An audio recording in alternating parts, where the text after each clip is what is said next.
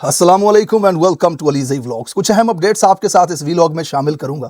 شاہد آفریدی صاحب کو عمران خان کے خلاف ایک بار پھر لانچ کیا گیا ہے۔ انہوں نے کیا کہا اور میں کیا کہوں گا اس ولاگ میں آگے چل کے آپ کو بتاتا ہوں۔ مریم نواز کی ایک ویڈیو سوشل میڈیا پہ وائرل ہے، پورا پاکستان اس کے ساتھ مذاق بنا رہا ہے، میمز بن رہے ہیں۔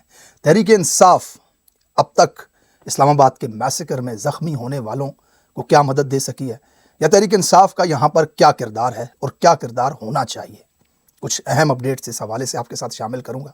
ایک اہم انٹرویو ہوا کل، ایک ایسی ڈاکومنٹری بنائی منیز جہانگیر صاحبہ نے جس کے اندر تمام ثبوت پوری دنیا کے سامنے انہوں نے رکھے کہ کس طرح لوگوں کو گولیاں مار کے قتل کیا گیا۔ اس ساری سچویشن کے اوپر بات کریں گے، لیکن سب سے پہلے مریم نواز کی وہ ویڈیو آپ کو دکھاؤں گا، تھوڑا سا آپ محفوظ ہوں۔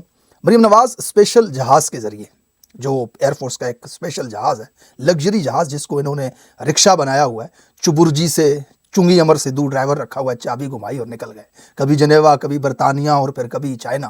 پورے پروٹوکول کے ساتھ گئیں، کنیزائیں ساتھ موجود تھیں، کچھ بڈھے بابے بھی تھے، فائلیں اٹھانے والے بھی 4-5 لوگ تھے۔ ایکسپیکٹیشنز تھیں کہ چائنہ میں ایک بڑا وفد آئے گا، اعلیٰ حکومتی عہدیدار وزراء آ کر کے جناب چیف منسٹر آف پنجاب کو ریسیو کریں گے، لیکن دنیا کے لیے بڑے حیرت انگیز مناظر تھے۔ ایک ایسا شخص انہیں ریسیو کرتا ہے جس کے بارے میں گوگل نہیں جانتا، اے آئی نہیں جانتا، ٹویٹر نہیں جانتا، بار بار اس کی تصویر لگا کر کے سکین کی جاتی ہے گوگل میں، لیکن گوگل کو کوئی جواب نہیں ملتا۔ دنیا کی کسی بھی، کبھی بھی، کہیں بھی اہم کانفرنس کے اندر وہ شخص نظر نہیں آیا کہ جس کو سکین کر سکے گوگل۔ تو اپنے ذاتی سورسز کی بنیاد پہ کچھ معلومات مجھے ملی ہیں۔ چائنہ کے شہر بیجنگ کا محلہ تھاؤں، اس کے کونسلر ہیں، یہ چونگ یونگ ہونگ ان کا نام ہے۔ یہ کونسلر صاحب مریم نواز کو ریسیو کرنے آئے، اور سنا ہے گوادر میں ایک ٹھیکیداری کا کام بھی کرتے ہیں، وہ پلیاں بناتے ہیں، نالیاں وغیرہ جو ہیں وہ۔ اب وہ لے گئے ان کو اپنی بیٹھک میں۔ اب بیٹھک کے جو مناظر تھے وہ پاکستانیوں کے لیے کافی دلچسپ تھے۔ وہاں رنگزیب صاحب کی لڑکی بیٹھی، پتلون پہن کے چلی گئی، وہ پتلون پہن کے چلی گئی کہ موزے تنگ کا لڑکا آئے گا ایئرپورٹ پہ ریسیو کرے گا، تھوڑی اچھی دکھوں، لیکن وہ کام تو ہوا نہیں۔ پیلے صوفوں میں جا کے چونگ یونگ ہونگ صاحب نے بٹھا دیا ان کو۔ اور چچا پرویز کو دیکھو پیچھے، چچا پرویز کو مرتبان کے ساتھ والی کرسی میں بٹھا دیا۔ وہ وہاں بیٹھا ہوا ہے، سوچ رہا ہے بات کس سے کروں، میں یہاں پہ آیا کیوں، مجھے بلایا کس نے ہے، یہ کون لوگ ہیں۔ تو وفد بھی پریشان ہے، مریم نواز اپنی جگہ پریشان ہے، پتلون والی باجی جو ہیں وہ اچھا دکھنے کی کوشش کر رہی ہیں۔ تو یہ معاملہ پاکستانیوں کے سامنے آیا۔ پاکستان ایک ملک ہے یار، پاکستان کا سب سے بڑا صوبہ ہے، ہاری ہوئی ہے، فارم 47 کی جیل ہی ہے، لیکن کاغذوں پتروں میں تو یہی ہے نا چیف منسٹر۔ تو دوسرے ملک کو عزت دینی چاہیے تھی، کوئی وزیر داخلہ، وزیر دفاع، کوئی امبیسڈر ٹائپ کا کوئی بندہ بھیجنا چاہیے تھا وہاں پر۔ اس آدمی کو دیکھ کر تو لوگ ہنس رہے ہیں کہ یہ چائنیز کیسا مذاق اڑا رہے ہیں پاکستان کا۔ بہرحال بڑی انفارچونیٹ سچویشن تھی وہاں پر۔ ان کی بالکل ہر جگہ اسی طرح کی بے عزتی ہو رہی ہے، جہاں یہ جاتے ہیں اگلوں کو پتہ ہے فارم 47 کے جیلی ہیں، بھاگ جاتے ہیں، برطانیہ سے جا کے نمودار ہوتے ہیں۔ شاہد آفریدی صاحب کے بارے میں گوگل پہ سرچ کر رہا تھا، تو جناب ایک دفعہ ان کا بڑا اچھا زبردست واقعہ مجھے گوگل نے بتایا۔ ایک جگہ پہ کسی کا بلاگ پڑھ رہا تھا میں، وہ لکھتے ہیں جناب 2013 میں دبئی کرکٹ سٹیڈیم میں بھارت پاکستان کا میچ ہو رہا تھا، اور پاکستان کے 126 رنز پر 5 آؤٹ ہو چکے تھے، اور چھٹے نمبر پر شاہد آفریدی نے بیٹ کیے اور بلے کو شان کے ساتھ گھماتے ہوئے پوڈیم سے سٹیڈیم کی طرف آئے۔ پورا سٹیڈیم کا ایک طرف کھڑا ہو چکا تھا کہ اب لالا آئے ہیں، گیند سٹیڈیم سے باہر جائے گی، پاکستان میچ جیتے گا۔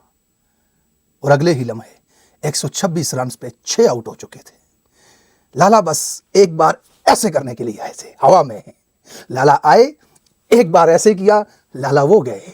تو لالا کی زندگی میں اس طرح کے میچز بہت زیادہ ہیں۔ اس کے گواہ وہ تمام لوگ ہیں جو کرکٹ کھیلتا لالا کو دیکھتے رہے۔ لالا نے کچھ جگہ اچھا پرفارم بھی کیا ہے، لیکن متعدد جگہ پہ لالا کی اس طرح کی پرفارمنس رہی ہے۔ تو اب جناب لالا جو ہیں وہ گاہے بگاہے خان صاحب کے اوپر تنقید کرتے ہیں، اور واضح طور پہ کرتے ہیں، ہمیں نظر آ رہا ہوتا ہے۔ ایک ٹویٹ کر رہے تھے آج، میری نظر سے یہ گزری، یہ سیاست.pk نے اس کو لگایا کہ شاہد افریدی کے حوالے سے کہ انہوں نے یہ کہا ہے، وہ کہتے ہیں کہ ملک چلانے کی بات ہے، سارے بیٹھتے ہیں، ملک کو لے کر چلتے ہیں، اگر آپ کی نیت ہے تو ملک کو لے کر چلو۔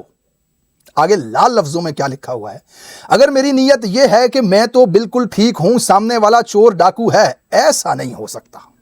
اب یہ جو لال سطر میں لکھا ہوا ہے نا، یہ لالا نے کہا ہے عمران خان کے لیے، کیونکہ یہاں پہ چور ڈاکو عمران خان ہی انہیں کہتا ہے جنہوں نے چوریاں کی ہیں، جنہوں نے ڈاکے مارے ہیں.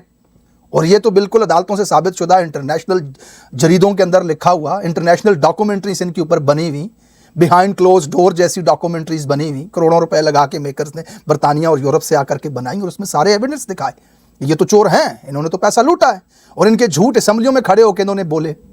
تو بہرحال یہ بات تو ثابت شدہ ہے کہ یہ چور ہیں. تو چور ان کو کہتے ہیں عمران خان صاحب. یعنی یہ لال بات جو لکھی ہے یہ شاہد افریدی صاحب نے کہی ہے عمران خان صاحب کے حوالے سے. اب اس پوری بات کو پڑھنے کے بعد آپ سوچو گے کہ یار اس بات میں، اس جملے میں عقل کہاں ہے، شعور کہاں ہے، دانش کہاں ہے، علم کہاں ہے، کھوپڑی کہاں ہے، مغز کہاں ہے؟ مطلب ملک کو چلانے کی بات ہے تو سارے مل بیٹھے ہیں. کیسے بیٹھے ہیں؟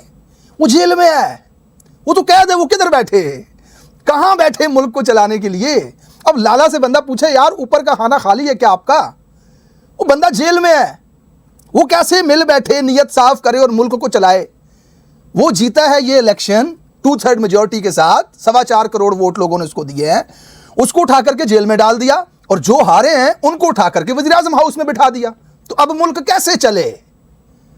اس ملک کے اندر جو فسطائیت ہے، جو ظلم ہے، جو لاقانونیت ہے، سپریم کورٹ کے آرڈرز کو نہیں مانا جاتا، جو لوگ الیکشن جیتتے ہیں ان کو ہرا کر، جو ہارے ہوئے ہیں ان کو اٹھا کر اسمبلیوں میں بٹھا دیا جاتا ہے، پارلیمنٹ کے اندر سے پارلیمنٹیرینز کو غائب کر دیا جاتا ہے.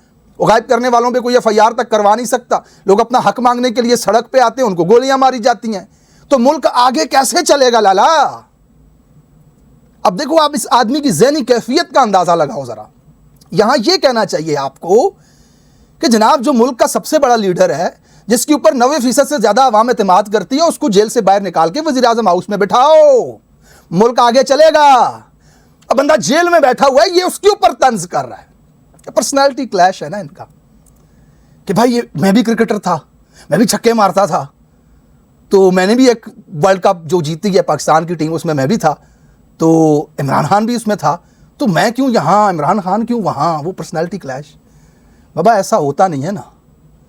آپ جب ریٹائر ہوئے نا کرکٹ سے، تو آپ گلدان سے لے کے تسمے تک، جوتے سے لے کے سرخی تک، شلوار قمیض سے لے کے ستھن تک ہر چیز بیچی جا رہے ہیں. روز کھڑے ہو کے کبھی نیلی، کبھی پیلی، کبھی ساوی قمیضوں میں تصویریں بنا رہے ہوتے ہیں.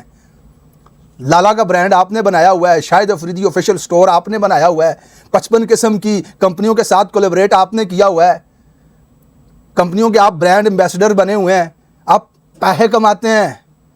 خان نے یہ کام نہیں کیا. خان ریٹائر ہوا، اس نے کہا اگلا ٹارگٹ شوکت خانم بنانا ہے، بنا دیا. زندگی وقف کر دی اپنی، لوگوں سے چندے مانگ کر بنایا، کھڑا کیا، دنیا کا سب سے بڑا چیریٹیبل ہاسپٹل اس نے کھڑا کیا. پھر اس کے بعد جناب یونیورسٹی بنانی ہے، اچھی بنا کے دینی ہے، بنا کے دی اس نے. پھر اس نے کہا پاکستان کو ٹھیک کرنا ہے، اور 22 سال سے اسی جدوجہد کے اندر لگا ہوا ہے. پیسے نہیں چھاپ رہا وہ. تو فرق یہ ہے، آپ زندگی اپنی کسی اچھے کام کے لیے وقف کرتے ہیں نا، اور لوگ آپ کی کوششوں کو دیکھتے ہیں، تو پھر لوگ آپ کو سر پہ بٹھاتے ہیں، ماتھے کا تاج بناتے ہیں، آپ کو مرشد کہتے ہیں. تو اس پرسنالٹی کلیش سے ذرا باہر نکل کے آئیں، آپ بھی اچھا کریں. خدا کی قسم یہ قوم آپ کو بھی سر پہ بٹھائے گی. آپ آئیں، کھڑے ہوں، کہیں یہ ظلم ہے، یہ زیادتی ہے، ملک ایسے نہیں چل سکتا. رول آف لا کا قیام ہونا چاہیے یہاں پہ، عدالتوں کا احترام کرنا چاہیے یہاں پہ. جو الیکشن جیتتا ہے اسی کو وزیراعظم ہاؤس کے اندر بٹھانا چاہیے، ہارے ہوئوں کو اسمبلیوں کے اندر نہیں لے کے جانا چاہیے. لیکن نہیں، آپ نے تو جرابیں بیچنی ہیں، اور جرابیں آپ کو پتہ ہے کہاں سے بکتی ہیں، کن کے ساتھ تعلق اچھے ہوں تو بکتی ہیں، ورنہ بند ہو جاتی ہیں، کیونکہ بزنس تو وہیں سے چل رہا ہے پورے پاکستان کا. تو اب جناب کو یہ مسئلہ ہے کہ ساتھ میں جرابیں بھی بیچنی ہے، اور یہ بھی سوچنا ہے کہ عمران خان کی طرح لوگ مجھ سے پیار کریں. تو پیار تو ایسے نہیں ہوتا بھائی. یہاں پر تو پیار لوگ اس سے کرتے ہیں جو سچ بولتا ہے، جو حق کے لیے کھڑا ہوتا ہے، تکلیفیں جھیلتا ہے، اپنی زندگی کو وقف کرتا ہے لوگوں کے لیے. تو لالا اس چیز سے آپ باہر آ جائیں. آپ کا کسی قسم کا کوئی کمپیریزن عمران خان صاحب کے ساتھ نہیں بنتا. آپ جیسے لاکھوں کھلاڑی کروڑوں تاریخ میں آئے، گزر گئے، چلے. کوئی کبڈی اچھا کھیلتا تھا، کوئی باسکٹ بال اچھا کھیلتا تھا، کوئی کھیل رہا ہے، کوئی تیرتا اچھا تھا، کوئی نیزہ لمبا پھینکتا تھا. لیکن عمران خان جیسے تو تاریخ میں کچھ ہی آتے ہیں جن کے اوپر سینکڑوں کتابیں لکھی جاتی ہیں، ڈاکومنٹریاں بنائی جاتی ہیں، پوری ایک قوم جن کے پیچھے کھڑی ہوتی ہے، پورا ایک ملک جس سے محبت کرتا ہے. تو اس طرح کی چیزیں یہ نہ کیا کریں، یہ بڑے سستے سٹانٹ ہیں آپ کے جو برے لگتے ہیں دیکھنے میں۔ بہرحال اسلام آباد کے میسیکر کے بعد تحریک انصاف کا دعویٰ 12 لوگ شہید کر دیے گئے، دفنا دیے گئے، اور اس کے علاوہ 200 کے قریب مسنگز ہیں، ان کا پتہ ہی نہیں ہے وہ کہاں ہیں۔ عمر یوب صاحب نے کل پریس کانفرنس کی اور بتایا کہ مسنگ / شہید، یعنی کہ وہ مار بھی دیے گئے ہوں گے، عین ممکن ہے کیونکہ ان کا پتہ ہی نہیں ہے ہمیں۔ اب یہاں پہ ایک بڑا اہم مسئلہ ہے، کل رات کو ٹویٹر پہ سپیس ہوئی، میں اس سپیس کے اندر موجود تھا، عمران ریاض صاحب بھی وہاں پر تھے، ہماری بات چیت اسی ٹاپک پہ ہو رہی تھی کہ آج اتنے دن گزر جانے کے باوجود کیا تحریک انصاف نے ان شہید ہونے والوں کے بہاف پر کہیں پر کوئی FIR درج کروائی ہے؟ اور اگر یہ نظام FIR درج نہیں کرواتا تو کیا درخواست دی ہے، عدالت کے اندر گئے ہیں؟ تو جواب تھا جناب نہیں۔ قاسم سوری صاحب بھی وہاں موجود تھے اور انہوں نے یہی کہا کہ اس کا ایک پینل بنا دیا گیا ہے، اب اس کے اوپر کام ہوگا۔ اب مسئلہ یہ ہے نا کہ ظلم جہاں پر بھی ہو، زیادتی کتنے ہی طاقتور شخص نے کیوں نہ کی ہو، آپ اس کے خلاف کم سے کم ایک درخواست دائر کر دیں جا کر کے۔ FIR لکھی جاتی ہے یا نہیں، آپ عدالت کے اندر جا کر استدعا کریں اپنے ساتھ ہوئے ظلم کے حوالے سے، کیونکہ آج یہ طاقت میں ہیں، آج یہ زوراور ہیں، یہ کل نہیں رہیں گے، آج سے 6 مہینے بعد، سال بعد۔ تو پھر جب آپ ان شہیدوں کے لیے انصاف لینے جائیں گے عدالت کے اندر، تو پھر آپ سے عدالت پوچھے گی کہ جب یہ واقعہ ہوا آپ تب کہاں تھے، آپ نے درخواست دی تھی، آپ ہمارے پاس آئے تھے، آج 4 سال بعد آپ آ رہے ہو۔ تو یہ ایک بہت ہی ویلڈ اور اہم سوال ہے جو اس وقت سوشل میڈیا پر عوام ان سے پوچھ رہی ہے۔ میں نے ایک انٹرویو کیا تھا 2 دن پہلے ایک لڑکے کا جو اس احتجاج کے اندر تھا اور وہ ویڈیو بنا رہا تھا جب اسے گولی لگی۔ ویڈیو کے اندر وہ بولتا ہے، خود کہتا ہے، ویڈیو بناتے بناتے بات کرتے ہوئے اچانک گولی چلتی ہے، اسے لگتی ہے اس کی کمر کے نیچے اور وہ کہتا ہے مجھے گولی لگ گئی۔ پھر اس کے بعد وہ تمام ایویڈنس ساتھ رکھتا ہے۔ پرسوں جب میں اس کا انٹرویو کر رہا تھا وہ یہ کہہ رہا ہے کہ گولی اب بھی میرے اندر موجود ہے، لیکن جب میں تحریک انصاف کی طرف دیکھتا ہوں تو مجھے نہیں نظر آتا کہ تحریک انصاف کی لیڈرشپ اسے کسی پریس کانفرنس میں لے کے آتی ہے یا اس کے بہاف پہ کہیں FIR کرواتی ہو۔ وہ یہاں تک کہہ رہا تھا کہ مجھے پروٹیکشن دی جائے، تحریک انصاف کی حکومت خیبر پختونخوا میں مجھے پروٹیکشن دے، مجھے ڈر ہے کہ یہ مجھے اٹھا لیں کہ میں اس واقعے کا اہم چشمدید گواہ ہوں۔ اور اس نے جو باتیں مجھ سے انٹرویو میں کی کہ آپ یہ بات کرتے ہیں لائٹیں بند کر کے قتل عام ہوا، دن کو 3:22 پر سنیپر نے سیدھے گولیاں ماری لوگوں کو، میرے سامنے لوگ گرے اور شہید ہوئے۔ اور اس بات کا اہم ایویڈنس منیز جہانگیر صاحبہ کی آج ایک پوڈ کاسٹ تھی جو اس وقت پورے پاکستان کے اندر دیکھی جا رہی ہے۔ انہوں نے شہیدوں کے ان تمام لواحقین کو لیا، انگلش میں وہ پوڈ کاسٹ انہوں نے کی اور ان سے بات چیت کی اور ان سے وہ تمام باتیں پوچھیں، اور شہیدوں کے بھائی، ان کے والدین نے واضح طور پہ بتایا کہ ہمارے بیٹے کو دن دہاڑے سنائپر نے گولیاں مار کے مارا ہے۔ اور ایک جگہ پر تو یہ تک کہہ رہے تھے شہید کے بھائی اور اس کے والد کہ جب فاتحہ ہو رہی تھی ہماری مسجد کے اندر تو پولیس وہاں پہ گھس گئی اور ہمارے اوپر بندوقیں تان دی انہوں نے۔ ایک ہمارے گھر کے اندر میت تھی اور دوسرا ہمارے ساتھ یہ سلوک کیا گیا۔ شہید کا والد روتے ہوئے بتا رہا تھا کہ SHO نے ہمارے ساتھ یہ بیہیو کیا، ہمیں اٹھانے آ گئے تھے کہ تحریک انصاف کے یہ لوگ ہیں۔ اور مزے کی بات یہ ہے کہ یہ خیبر پختونخوا کا علاقہ ہے، یہاں تحریک انصاف کی حکومت ہے۔ اب یہ بڑی واضح بات ہے کہ اس وقت تحریک انصاف کو یہ کہا جا رہا ہے کہ آپ کسی قسم کا کوئی ایکشن نہ لیں، اس معاملے کو یہاں پر دبنے دیں۔ دیکھیں بالکل کلیئر میں آپ کو بتاؤں گا، مجھے کوئی ڈر نہیں ہے کسی کا۔ اگر تحریک انصاف پوری شدت سے ان شہیدوں کے ساتھ کھڑی ہو، ان زخمیوں کے ساتھ کھڑی ہو، ان لاپتہ افراد کے ساتھ کھڑی ہو، تو سب سے پہلا کام کرنا ہے ان کو عدالت میں جا کر درخواست دینی ہے، ہر ایک مسنگ پرسن کی جا کے تھانے میں FIR کروانی ہے، جا کر کے درخواست دینی ہے۔ 200 درخواستیں آپ جا کر کے دیں، ان تمام زخمیوں کے حوالے سے آپ جا کر کے درخواستیں دیں، سپورٹ کریں ان لوگوں کو، وہ خود جا کے تھانے میں اگر درخواست دیتے ہیں تو FIR کاٹتے ہیں یا نہیں کاٹتے۔ خیبر پختونخوا میں تو آپ کی حکومت ہے نا، وہاں کیسے FIR نہیں کٹے گی؟ وہاں پر تو آپ محسن نقوی شہباز شریف کے اوپر FIR کاٹے، عطا تارڑ کے اوپر FIR کاٹے جنہوں نے آ کر کے دھمکی دی کہ یہاں پہ گولیاں ماریں گے، 5 منٹ تک بندہ ہی نظر نہیں آئے گا۔ نہیں کٹ رہی کسی کے اوپر FIR۔ عدالت کے اندر وکیلوں کا اجڑ کھڑا ہے تحریک انصاف کے پاس، 50 وکیل دوڑ دوڑ کے جا رہے ہوتے ہیں پیشیوں کے اوپر، جو نظر آئیں جی کیمروں میں آئیں جی، کوئی آدمی عدالت کے اندر جا کر کے یہ معاملہ نہیں اٹھا رہا۔ تو اب اگر انہیں خاموش رہنے کا کہا گیا تو بدلے میں کیا ہے جناب؟ یہ سوچنے والی بات ہے۔ اب بدلے میں یہ ہو سکتا ہے، میں ایزیوم کر کے بتا رہا ہوں، ٹھیک ہے؟ اب دیکھیں جب خاموش ہیں تو میں کیا کہوں گا، میرے پاس کیا وجہ ریزن آتی ہے میرے دماغ کے اندر؟ بدلے میں یہ ہو سکتا ہے کہ بھائی ہم MPA بنے ہیں، ہم MNAs بنے ہیں، یہاں پہ عہدوں پہ ہیں، بھاگتے پھر رہے ہیں، چھپتے پھر رہے ہیں، لطف اندوز ہی نہیں ہو سکتے اپنے اقتدار سے، اپنے عہدوں سے، تو کم سے کم ہمارے اوپر ایک ایسا اسپیس ہمیں دیا جائے، ایک ایسا ماحول کریٹ کیا جائے۔ اور خان صاحب کی رہائی کے حوالے سے کوئی بات ہو سکتی ہے کہ چلیں خان صاحب باہر آئیں گے، حالات نارملائز ہوں گے، تو جناب یہ اس سے آپ کو تو فائدہ ہو سکتا ہے جو باہر موجود ہیں. عمران خان صاحب 2/3 میجورٹی کے ساتھ یہ الیکشن جیتے ہیں. عمران خان صاحب اس پاکستان کے لیے بہتر تبھی کر سکتے ہیں کہ جو مینڈیٹ عوام نے 2024 کے الیکشن میں ان کو دیا ہے وہی مینڈیٹ عمران خان صاحب کے حوالے کیا جائے، یا پھر کم سے کم جو شرط ہے وہ یہ ہو سکتی ہے کہ ملک فوری طور پہ الیکشنز کی طرف جائے اور عوام ایک مرتبہ پھر یہ فیصلہ کرے کہ اس ملک کی مسند پہ کون ہوگا. اور یقینی سی بات ہے کہ عمران خان صاحب پھر ایک مرتبہ 2/3 میجورٹی سے بھی زیادہ میجورٹی لے کر کے آئیں گے اور شفاف الیکشنز کروائے جائیں. اس کے علاوہ اگر کوئی آپ کو چھوٹ دیتا ہے، کوئی آپ کے بندے باہر نکال دیتا ہے، اس سے عمران خان صاحب کو یا پاکستانیوں کو کوئی فائدہ نہیں ہونے والا.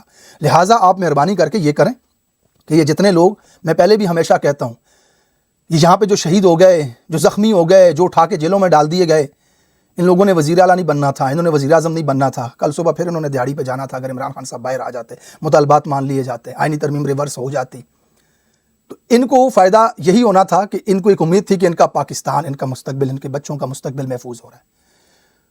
یہ میرے اور آپ کے لیے جانے دے گئے ہیں، یہ بہتر پاکستان کے لیے، عمران خان کے لیے جانے دے گئے. تو جناب اگر آپ کو ان کی پرواہ نہیں ہے نا، تو یاد رکھیے عمران خان صاحب کو ان کی بہت پرواہ ہے. وہ بار بار صرف ایک ہی مطالبہ کر رہے ہیں. اب جو انہوں نے ڈیڈ لائن دیا جیل سے، اس ڈیڈ لائن کو ذرا غور سے دیکھیں. وہ کہتے ہیں کہ اگر ان شہیدوں کے خلاف جوڈیشل کمیشن بنا کر کے جن لوگوں کو قتل کیا گیا ہے، شہید کیا گیا ہے، شفاف انکوائری نہیں ہوتی تو پھر سول نافرمانی کی کال ہوگی. تمام CCTV فوٹیجز کو نکالا جائے، عدالت کے اندر جایا جائے، انٹرنیشنل میڈیا کو انگیج کیا جائے، انٹرنیشنل فورمز کے اوپر آواز اٹھائی جائے.